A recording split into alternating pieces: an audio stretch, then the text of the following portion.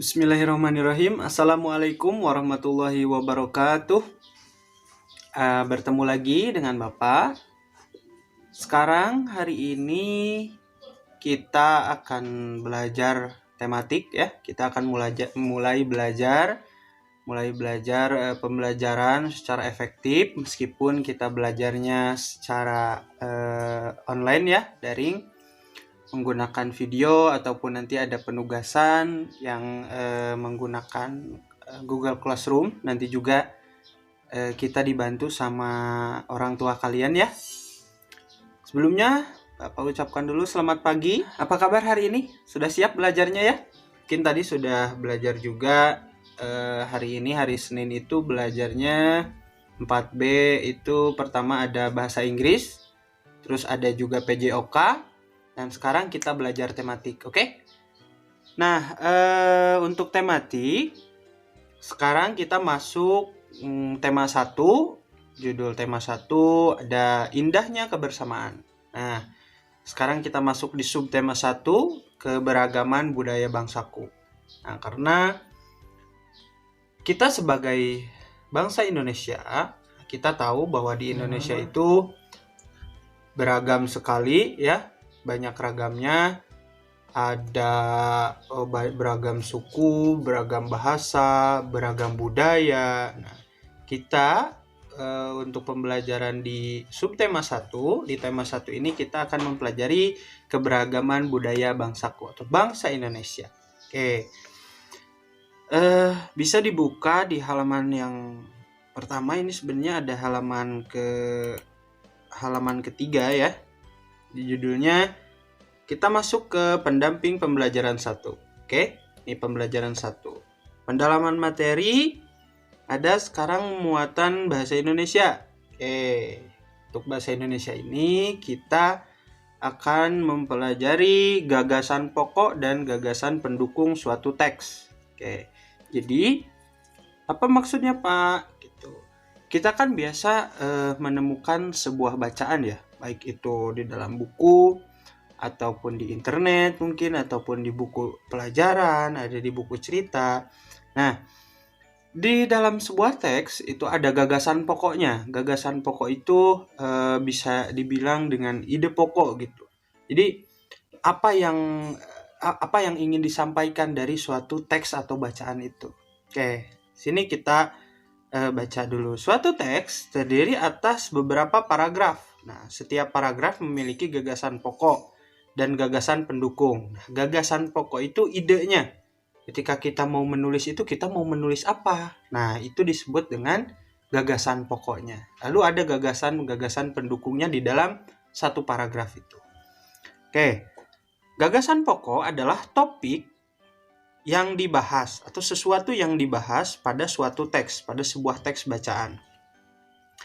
Nah, gagasan pendukung adalah uraian atau informasi tambahan pada suatu teks yang terletak pada kalimat penjelas. Nah, ada kalimat utama itu mengandung gagasan pokok, gagasan utama.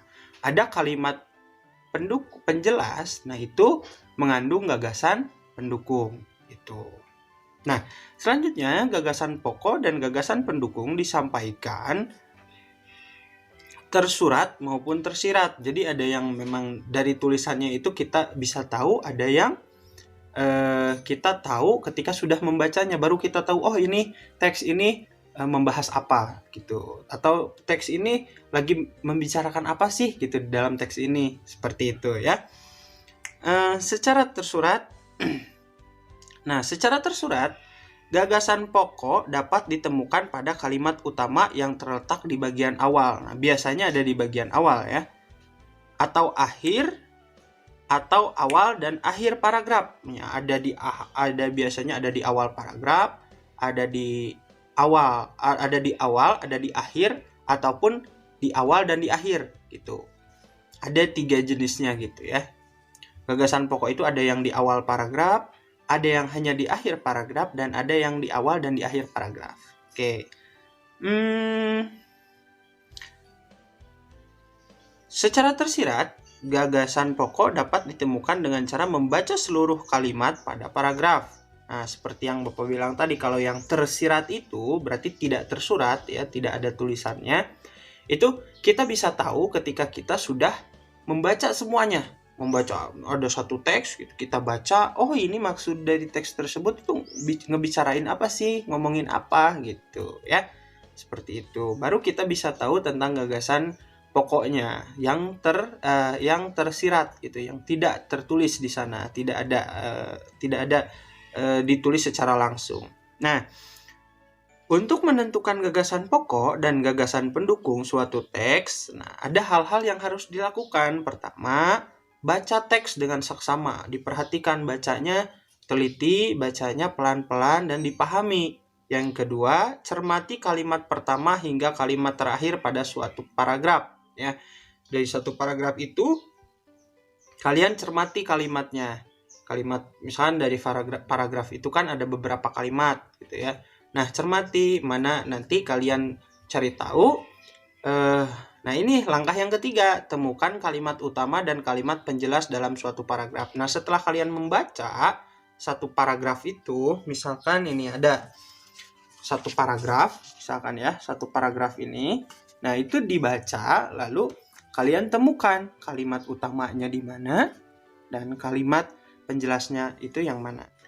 Nih, ada contoh di bawah tentang batik ya.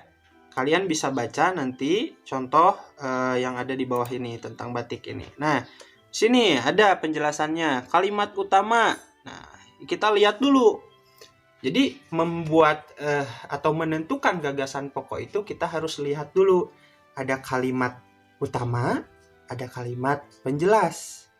Nah, kita cari dulu dari satu teks itu, mana kalimat utamanya, mana kalimat penjelasnya. Nah, setelah itu, nah di situ kan ada tuh kalimat utama apa, kalimat penjelasnya apa saja. Nah, selanjutnya berdasarkan kalimat utama dan kalimat penjelas tersebut dapat ditentukan gagasan pokok dan gagasan pendukung, yaitu sebagai berikut. Nah, yang di bawah itu contohnya ya. Nah, tadi kalimat utamanya di atas, contoh nih.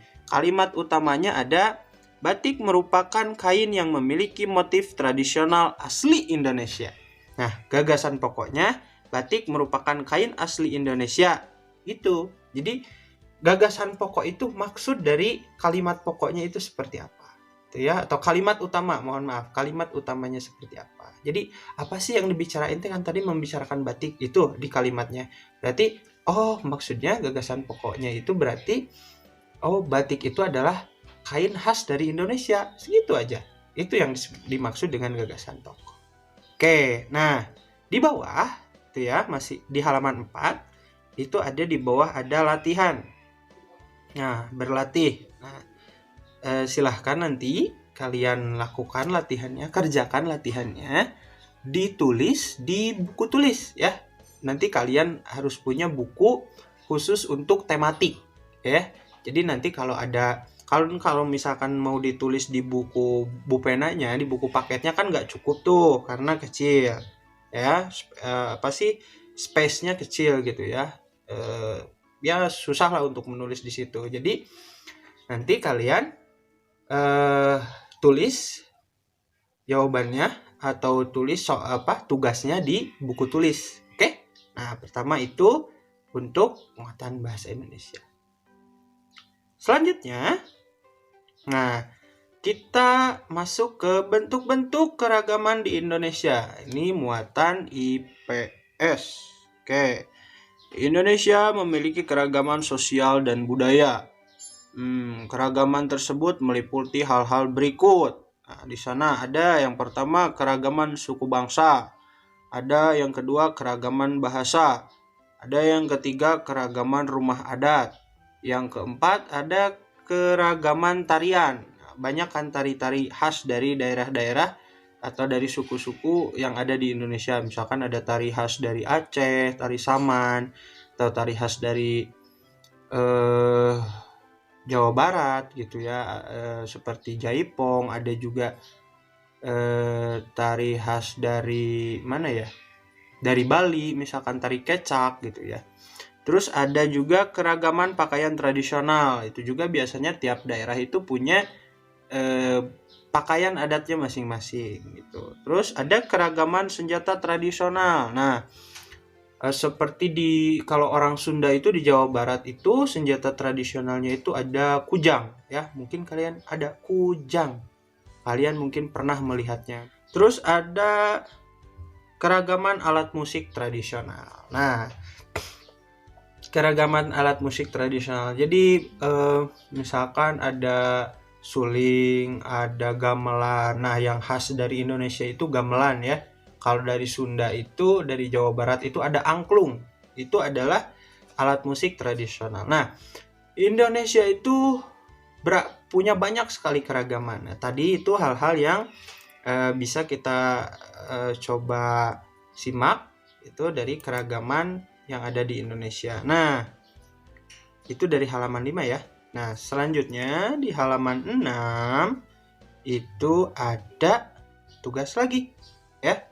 Tugas ini untuk tugasnya yang barusan tentang keragaman ya. Mencari informasi keragaman budaya di Indonesia. Nah, kalian boleh nanti tuliskan di kolom-kolom itu yang ada di bawah di kotak-kotak itu. Nah, ada apa di Pulau Sumatera, di daerah Aceh gitu. Ada suku bangsanya, ada suku Aceh, suku apa gitu ya. Nah, silahkan kalian nanti bisa dibantu sama orang tua kalian gitu ya. Bisa mencari di buku atau mencari di internet, tapi jangan terlalu banyak lah, sedikit-sedikit aja. Misalkan dari Pulau Jawa 1, nanti dari Pulau Bali 1 gitu ya. Nanti bisa buat tugasnya. Oke. Jadi yang pertama tadi ada bahasa Indonesia, yang kedua ini untuk yang IPS di halaman 6. Oke, selanjutnya ada di halaman 7 itu yang akan kita pelajari hari ini. Kan tadi ada keragaman budaya atau keragaman yang ada di Indonesia itu salah satunya tadi ada alat musik tradisional ya. Nah, ada yang berhubungan dengan alat musik itu berhubungan dengan bunyi. Nah, kan alat musik itu sebuah benda. Nah, alat musik itu benda yang bisa menghasilkan bunyi. Bunyinya itu kalau misalkan alat musiknya itu kan ketika dimainkan, alat musik itu menghasilkan bunyi-bunyi yang indah, ditata sedemikian rupa. Nah, bagaimana sih cara benda itu menghasilkan bunyi? Di sini ada alat musik tradisional yang ada di Indonesia sangat beragam, ya. Kalian bisa juga baca. Alat musik tersebut menghasilkan bunyi yang berbeda-beda. Cara memainkannya pun berbeda-beda. Berikut cara memainkan alat musik beserta contohnya. Nah, di sini ada contoh-contoh cara benda menghasilkan bunyi. Jadi ketika benda itu dibagaimanakan, dia bisa menghasilkan bunyi. Ada yang pertama dipukul. Nah, ketika dipukul, benda itu menghasilkan bunyi. Ada contohnya itu ada gong dan gendang. Yang kedua ditiup. Contohnya seruling dan trompet. Yang ketiga digesek ya. Contohnya ada biola dan rebab gitu. Mungkin kalian pernah lihat biola ya yang seperti itu. Ya, kayak gitu. Itu digesek. Ada dipetik seperti gitar dan kecapi. Nah, kalau gitar itu kan alat musiknya sebenarnya dari luar Indonesia ya. Nah, yang khas dari Indonesia itu ada kecapi. Ada disebutnya kecapi. Yang kelima itu digetarkan atau digoyang-goyangkan. Nah, ini contohnya angklung dan marakas. Nah, bunyi yang dihasilkan berasal dari benda yang bergetar dalam alat musik tersebut. Bunyi lalu ditangkap oleh telinga kita sehingga kita dapat mendengarnya. Itu. Jadi bagaimana benda itu bisa menghasilkan bunyi? Ada cara-caranya seperti tadi. Contohnya ada 5 cara supaya benda itu bisa menghasilkan bunyi. Nah, di bawah ada tugas lagi nih untuk hari ini ya.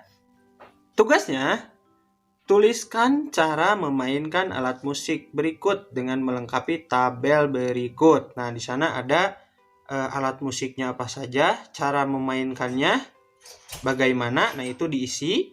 Nah, terus cara terjadinya bunyi. Nah, kan tadi ada yang bergetar tuh. Nah, yang bergetarnya itu apanya? Oke, ya. Misalkan contoh di sini ada biola. Cara memainkannya digesek. Terus cara terjadinya bunyi. Gesekan terhadap senar biola dapat menimbulkan getaran dan getaran tersebut menghasilkan bunyi. Jadi, bunyi itu dihasilkan oleh getaran, ya. Getaran dari senar biolanya yang digesek oleh alat penggeseknya itu. Nah, benda itu berbunyi ketika bergetar. Nah, untuk menggetarkannya itu ada beberapa cara. Tadi ada yang dipukul, ada yang ditiup gitu ya. Kok kenapa Pak ditiup bergetar? Nah, suaranya itu bergetar di dalam kalau misalkan seruling gitu ya. Nah, jadi menghasilkan bunyi gitu ya, karena bunyinya beda-beda gitu. Terus digesek, dipetik kan seperti gitar itu senarnya ya. Terus ada juga digetarkan atau digoyangkan seperti angklung gitu. Oke. Mungkin untuk hari ini pembelajarannya seperti itu ya. Kalian boleh nanti mencari lagi materinya tentang alat musik tradisional, tentang keragaman budaya yang ada di Indonesia, juga tentang teks ya, tentang teks gagasan utama tadi. Nah, untuk hari ini tugasnya tadi ada 3. Pertama yang tugas tentang gagasan utama, yang kedua tentang keragaman budaya, yang ketiga tentang bunyi ya. Ini alat musik, cara benda menghasilkan bunyi. Oke. Nah, sekian untuk hari ini. Sampai ketemu lagi di pembelajaran selanjutnya. Oke. Semangat mengerjakan tugasnya ya, meskipun kita tidak bisa bertatap muka secara langsung. Bapak harap kalian bisa tetap semangat belajarnya, tetap bisa semangat mengerjakan tugasnya. Ingat, harus tetap belajar ya. Jangan rewel nanti sama orang tua. Oke? Nanti orang tua itu membantu kalian. Jangan nanti orang tua yang mengerjakan tugasnya. Oke? Kalian yang harus mengerjakan tugasnya. Terima kasih. Ketemu lagi selanjutnya. Assalamualaikum warahmatullahi wabarakatuh. Dadah.